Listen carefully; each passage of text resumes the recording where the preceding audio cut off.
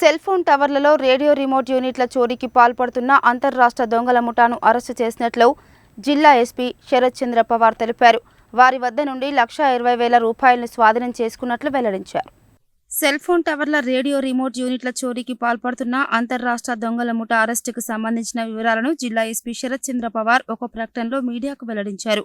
ఆయన తెలిపిన వివరాల ప్రకారం మిర్యాలగూడ మండలం తండాకు చెందిన ధీరావత్ నగేష్, ధీరావత్ చిరంజీవి, ధీరావత్ మురళి, ధీరావత్ సుమన్, ధీరావత్ నవీన్లు ముఠాగా ఏర్పడి సెల్ ఫోన్ టవర్లకు సిగ్నల్స్ కోసం బిగించే రేడియో రిమోట్ యూనిట్లను చోరీ చేసి హైదరాబాద్ నాంపల్లికి చెందిన మున్నాకు తక్కువ ధరకు విక్రయిస్తూ వచ్చిన డబ్బులను సమానంగా పంచుకునేవారు.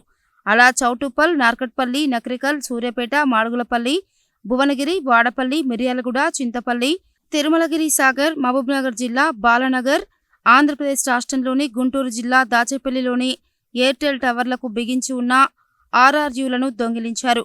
వరుసగా చోరీలు జరుగుతుండటంతో అందిన ఫిర్యాదులపై జిల్లా ఎస్పీ శరత్ చంద్ర పవార్ ఆదేశాల మేరకు నల్గొండ డీఎస్పీ శివరాంరెడ్డి పర్యవేక్షణలో నార్కట్పల్లి సిఐ నాగరాజు ఆధ్వర్యంలో SI Anthireddy, CCI head constable Vishnuvardhanagiri, Narketpally police station head constable Madhu, constable Giribabu, శ్రీనులు ప్రత్యేక బృందంగా ఏర్పడి విచారణ చేపట్టారు.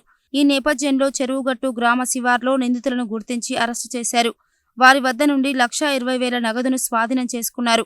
నిందితుల్లో ధీరావత్ నగేష్, మున్నాలు పరారీలో ఉన్నారని, వారిని త్వరలోనే అరెస్టు చేయనున్నట్లు ఎస్పీ వివరించారు.